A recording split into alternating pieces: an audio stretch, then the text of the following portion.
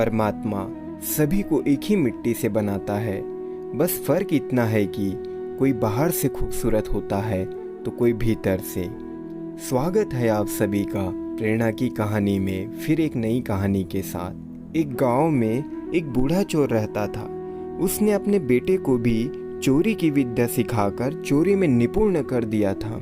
बूढ़े चोर की अपने बेटे को सख्त हिदायत थी कि किसी साधु संत की बातों में नहीं आना। एक दिन चोर के बेटे ने सोचा, क्यों ना राजा के महल में ही हाथ साफ कर दिया जाए, और वह महल की ओर आगे बढ़ गया। थोड़ी दूर पर उसने देखा कि एक बहुत बड़े महात्मा का प्रवचन चल रहा है। पिता ने मना किया है, ये सोचकर वह कानों में उंगली डालकर वहां से भागने लगा। भागते भागते जैसे ही वह भीड़ के निकट पहुंचा, एक पत्थर से टकराकर नीचे गिर गया। तभी महात्मा जी की आवाज उसके कानों में पड़ी, कभी झूठ नहीं बोलना चाहिए। जिसका नमक खाओ उसका कभी बुरा मत सोचो। जो ऐसा करता है उसको ईश्वर सदैव सुखी बनाए रखता है। वह तुरंत उठा और चोरी करने राजा के महल की ओर चल पड़ा। राजमहल पहुंचकर जैसे ही चोर द्वार को पार करना चाहता था, तुरंत दरबार ने पूछा, अरे कौन हो तुम? इतना सुनते ही चोर को महात्मा का उपदेश याद आ गया, झूठ नहीं बोलना चाहिए। चोर ने उत्तर दिया, मैं चोर हूँ। अच्छा जाओ। उसने सोचा राजमहल का नौकर मजाक कर रहा है। सच बोलकर चोर को राजमहल में प्रवेश मिल गया। चोर एक कमरे में घुसा। वहां उसने ढेर सारा पैसा तथा जेवरात देखा। उसने एक थैले में सब धन भर लिया और दूसरे कमरे में घुस गया।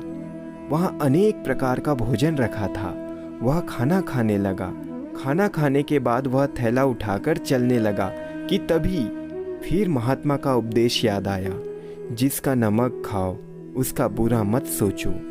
उसने सोचा, खाने में नमक भी था, अतः मुझे राजा का बुरा नहीं सोचना चाहिए।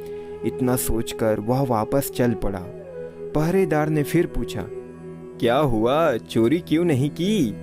चोर ने कहा, जिसका नमक खा उसके यहाँ चोरी नहीं करते, इसीलिए सारा धन रसोई घर में छोड़ आया। तभी रसोई से आवाज आई, चोर पकड़ो पकड़ो। तो दरबार ने चोर को दबोच लिया और राजा के सामने पेश किया।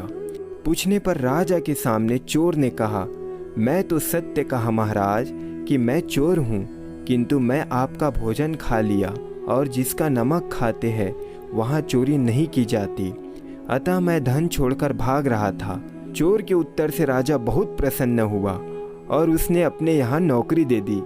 राजमहल से घर जाकर चोर ने अपने पिता से कहा, देखिए पिताजी, महात्मा जी की बात मानने के कारण ही आज मुझे दरबार में नौकरी मिली। महात्माओं के प्रवचन से सभी का कल्याण होता है पिताजी।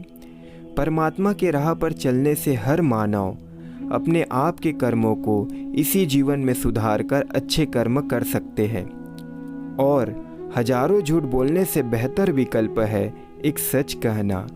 अपनों और अपनों का ख्याल रखें। फिर मिलते हैं।